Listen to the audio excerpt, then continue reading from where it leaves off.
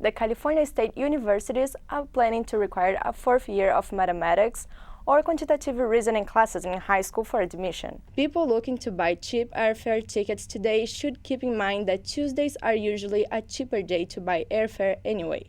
We are in fall season and it's not typical weather for this time of the year. The temperature is rising to intense levels. Well, the valley's always super hot.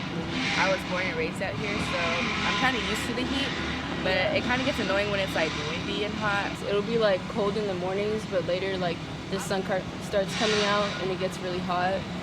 So I don't know, the weather's just kind of bipolar. Like today I woke up and it was cold, and now I have the sweater and I regret it. Today is the hottest day of the week with a high of 94 degrees. We talked to seasoned geography professor Luke Drake about the hot and dry weather.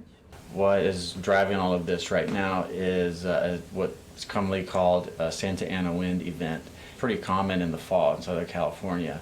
The air mass that's kind of in what we call the Great Basin, like in Nevada, and coupled with high pressure systems, brings a lot of that air mass down towards the coast of California. This week will still be atypical, but the next week temperature will drop to a familiar 70 degrees. Now let's go back to Tyler in the studio. Hello and welcome to On Point. I am Bea Barros. The California State Universities are planning to require a fourth year of mathematics or quantitative reasoning classes in high school for admission, but the plan has created controversy. One concern is if this extra year is absolutely necessary for students. Some seasoned students, both undergraduates and graduates, say they can see both sides of this issue. A lot of people don't know how to do a lot of things that involve the math, including things that you need for your life in general, even if you're not a STEM major. I took 3 years. However, when I got here, I still had to take my majors, required courses for mathematics. I think that 3 years is more than enough for a lot of majors, and for someone who's a music major like me, we don't need that. Here, we only are required to take 1 year of math. I think it's good. I mean, either way, when you come to this school, you have to do a lot of the statistics class just to get into some of your GEs alone.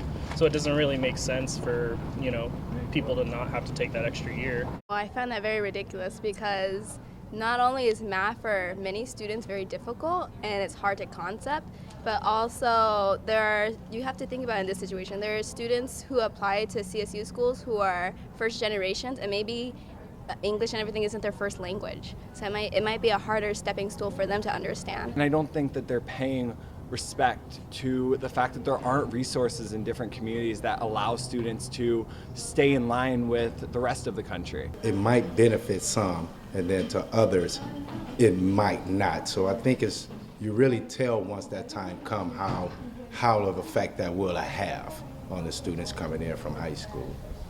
Another concern is if this requirement will hurt African Americans, Latinos, and first-generation students.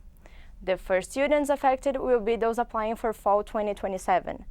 Mike Allenkamp, Director of Public Affairs for the CSU Chancellor's Office, says the system wants incoming students to be better prepared for college in order to be more successful. Allenkamp also says CSU's graduation rates are higher than they have ever been because so many students are already taking those 4 classes. Lieutenant Governor Eleni Kounalakis says the new requirements aren't even necessary, since 93% of the students who have applied already have the 4th year. For On Point, I am Bea Barros.